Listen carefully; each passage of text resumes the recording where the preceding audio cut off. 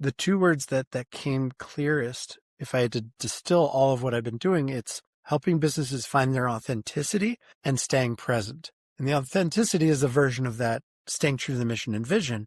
But it's also like, is this who we say we are? Is this what we believe in, what we stand for? Can we go sleep well at night if we do this? There's tons of opportunities in business that can make things happen in a great way.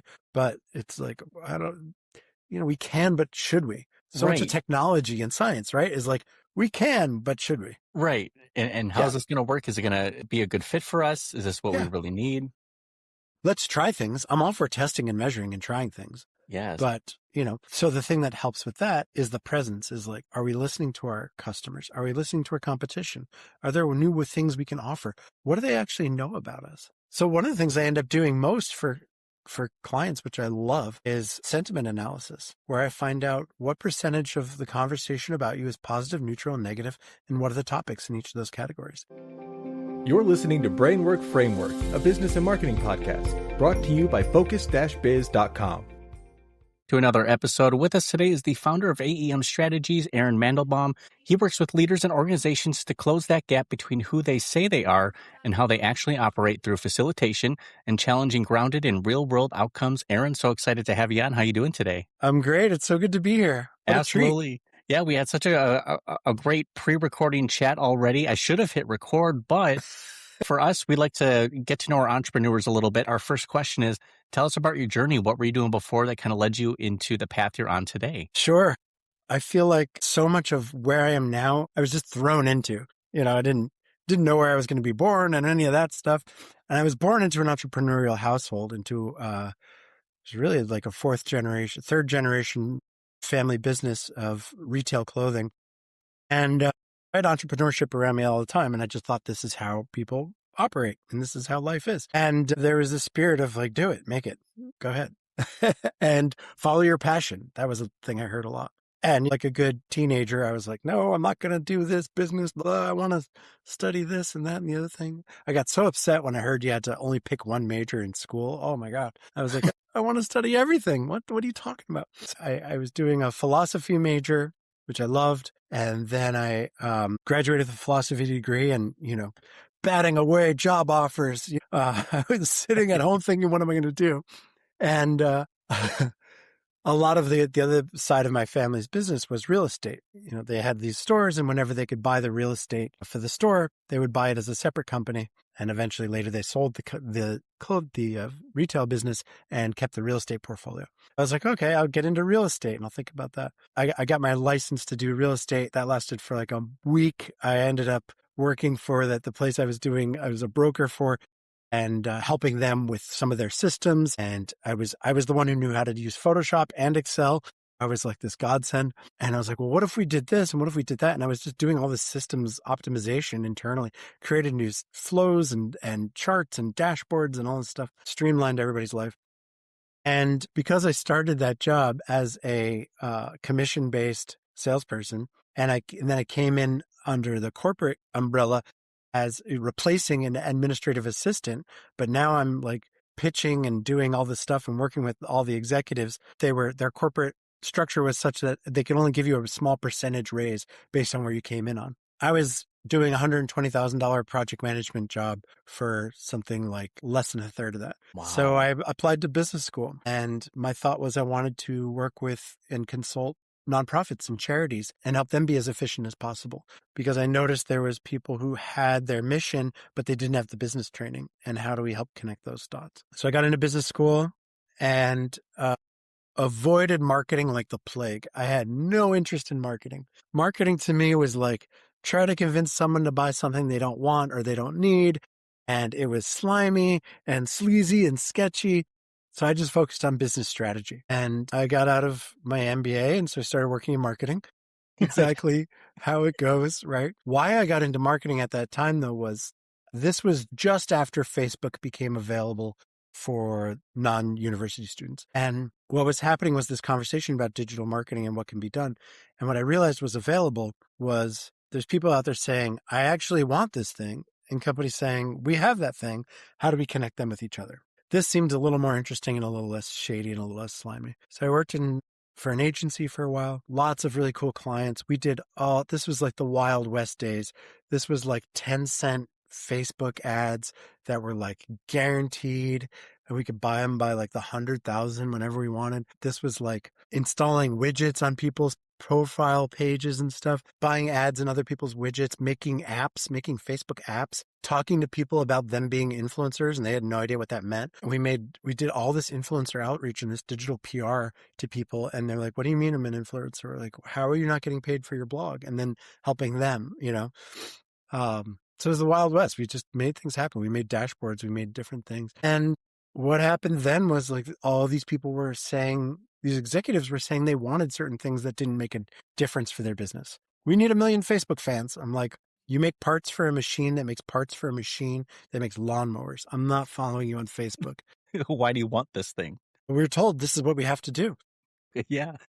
Meanwhile, we're telling them, what is your mobile strategy? I'm like, what the hell is that? And then it was like, what is your video strategy? Like, we don't need that. I'm like, everybody was looking in the wrong direction. I ended up going back to work for the family business and doing e-commerce, SEO, email marketing, version rate optimization, some of that stuff, launching a couple different businesses on the side that was like a focused search engine, a price comparison search engine site for fashion. That was great. We built it in 90 days. We built 70,000 pages in 90 days with help of the software my friend created, and we sold that pretty quick. We built the world's first flash sales site for a brick and mortar retailer, and at noon, we're going to sell this item. Come on and get it. There's only 100 pieces. And that got me speaking gigs around the world, and I was speaking for e-commerce and SEO and digital marketing and stuff like that. I'm going to just go into consulting. And 2011 was the last time I had a boss, and I've been doing my own thing since. And it's taken lots of different detours and flavors, whatever. But what's really beautiful and what's really amazing is like the through line is the same. From studying philosophy, from being in an entrepreneur house, from being business strategy and digital marketing, like so much of it is the same. Like, what I ended up, for a while, it was like I'm digitizing analog executives and helping them get on the internet. For a while, it was ensuring that people's mission and vision was aligned with their digital presence. And now it's like what I found, the two words that came clearest, if I had to distill all of what I've been doing, it's helping businesses find their authenticity and staying present. And the authenticity is a version of that, staying true to the mission and vision.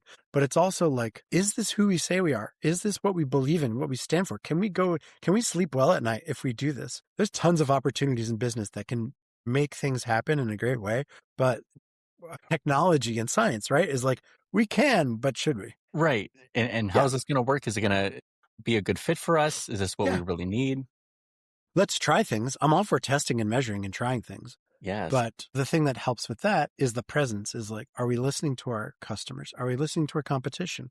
Are there new things we can offer? What do they actually know about us? So one of the things I end up doing most for clients, which I love, is sentiment analysis, where I find out what percentage of the conversation about you is positive, neutral, and negative, and what are the topics in each of those categories. For instance, one company who makes headsets, like not Apple AirPods, but for salespeople and stuff like that, and they got into the gaming space and stuff. And I was like, you're celebrating this massive milestone of how long you've been a company. Like, nobody's talking about that. Why not? What's going on there? Nobody knows these other things you do. We had a client who makes chocolate. They sell candy making kits to your house, and you get all the components to make your own candy. It's not an expensive product, but shipping is expensive because it has to be wrapped in ice, or otherwise it's a puddle. I was like, here's everybody who would be a customer if you offered free shipping. Let your CFO tell you if it's worth it. And they tested it, and sales went through the roof. Wow. And because the sales went through the roof, they could get better deals on their shipping, and their shipping went down. So I was like, look, this is what they're telling you. They will buy your product if you charge less for your shipping. So we created bundles. We said, okay, buy more, and then the shipping is a little bit less, right? Buy a subscription instead. Like, all these different ways to test and measure different things. And it's okay if we're wrong, because all of marketing, just like business, is like, there's current best practices, but there's no right answers. And that takes a lot of the weight off my shoulders, at least. Right. And I feel like businesses who understand that things are an experiment. Yes, we're using best practices, but one thing that might work well for your business may not work well for another, or the industry, or based on your location, or just how you present yourself on camera. It could be all things the same, but if you present yourself differently, you connect with a 100%. different audience, and yeah, the Yep. communication isn't there. I have friends who love using Nikon cameras. I prefer Canon. I wouldn't be able to tell the difference if I looked at two. Maybe somebody can. The interface is just preferable. The way the menu system works, I love it.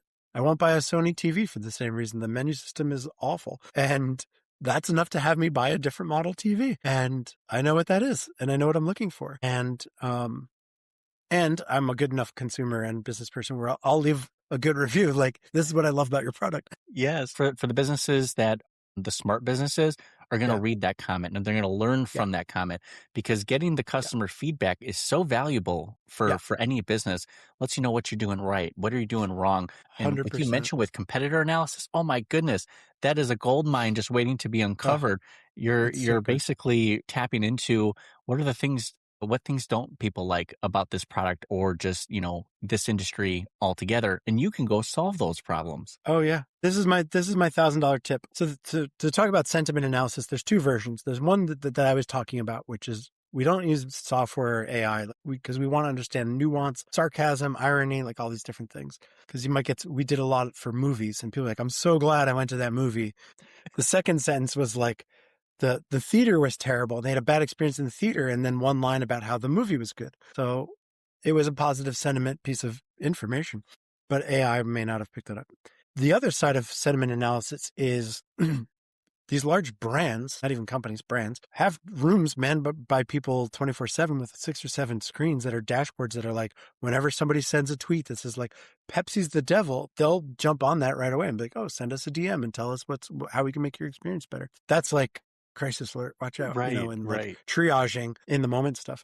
But the deep $1,000 tip, if you want to know about your company or your competition, is to read 3-star reviews. The 5-star reviews, they love it. They're going to tell you all how amazing it is. The 1-star review, some of those, swear to God, I've seen some of these like, this is the worst product ever. I can't believe they make it. I've never tried it. I don't own it. I've never seen one in person, but 0 stars. I know it's bad. Boo.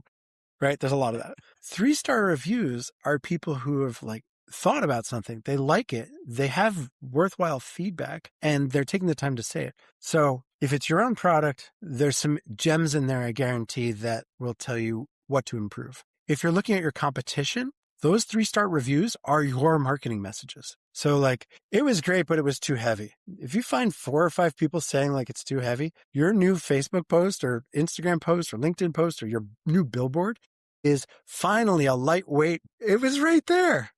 This is not rocket science. This is that presence. This is that level of paying attention and being honest with what's going on. Absolutely. And Aaron, where can more people find you and connect with you online? I'm so findable. I'm just available. I love having these conversations. I love chatting. I love finding out how we can help people succeed. I have a very basic landing page, aemstrategies.com, Alpha Echo Marmaduke strategies.com. That's my website. There's some just little info about me. It's going to get redone soon, but it's and book a call with me. Send me an email. Let's chat. Let's talk, and then I can send you a link to promote to just directly book a call with me, and I'm happy to chat. I'm not a hard sales guy. I want to find something that works for everybody. I'm always looking for a way for everybody to win, for co-opetition. Like, how can we work together? So if I'm not the right person for someone, that's fine. I might have 6 book recommendations or another podcast or a workshop or a course, or do these 10 things and then call me back. If you found value, give me a tip or give me an introduction to someone else. Because helping you can turn into helping me by an introduction to a cousin or your whatever company, your brother-in-law's business. And I've worked with everything from startups to nonprofits to Fortune 50 companies, and there's room to do something. So honesty and integrity, that is really what it's all about. Those are the strategic partners you want having conversations with about your business. And Aaron, what are you looking forward to most in 2026 now? Are you kind of ramping up, launching anything new, or are you kind of sticking with the same course that's been working for you? I'm going to redo my website has always been just a 1-page basic landing page, but I'm going to redesign that with some new language. I'm finding some new language that works. I'm doing a bit more social posting and some conversation. You can find me on LinkedIn, and jump on there, and some more outreach and looking for different types of businesses. I was sticking with the same people for a while. Like 2020 was just like, I'm going to back off and let people figure themselves out, and I'll come in where needed, and took a pause for a little while and let it marinate. And now, it's been interesting. Some of the people who are asking for support and, in different ways than ever before. Looking for partners, looking for, new clients, and trying new things with just speaking a bit more freely about who I am. Cause I've been doing it long enough that it's like, I've got a different level of confidence with it where I can just speak a little bit louder of like, yes, I can help you.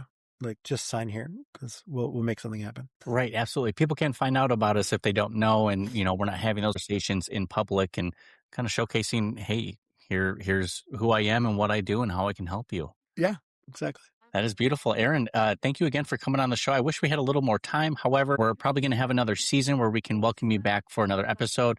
We chatted a lot about just business, life, assets, Yeah. finance. I mean, everything under the sun, which is so great. But Yeah. Aaron, we appreciate your time. Always a pleasure. Can't wait for next time. Hey, sounds great. Thank you, Aaron. Cheers.